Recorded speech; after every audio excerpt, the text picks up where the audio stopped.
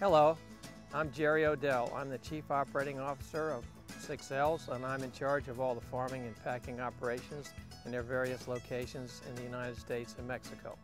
We're here in the low country of South Carolina. This is an area where tomatoes have been grown for about 60 or 70 years. Today, there's probably 2,000 acres being produced. We've been working with Teeter for about 15 years. We grow about 1,000 acres, primarily tomatoes.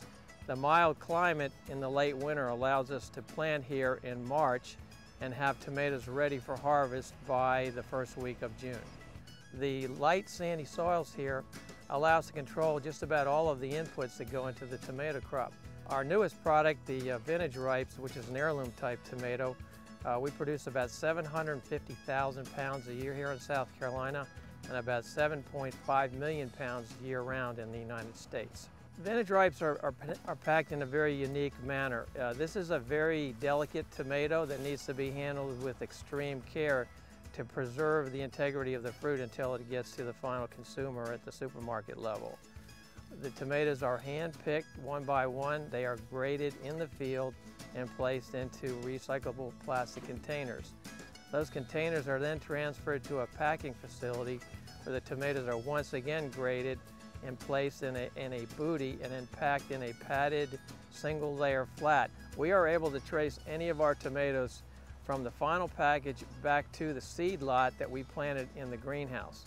All of our packaging carries a code that indicates where it was grown, the day it was picked, where it was packed, where it was grown in the transplant house, and what seed lot was used to produce the transplant. How can the consumer tell when a tomato is ripe? Well, obviously, any tomato that has achieved this color is going to be a ripe tomato.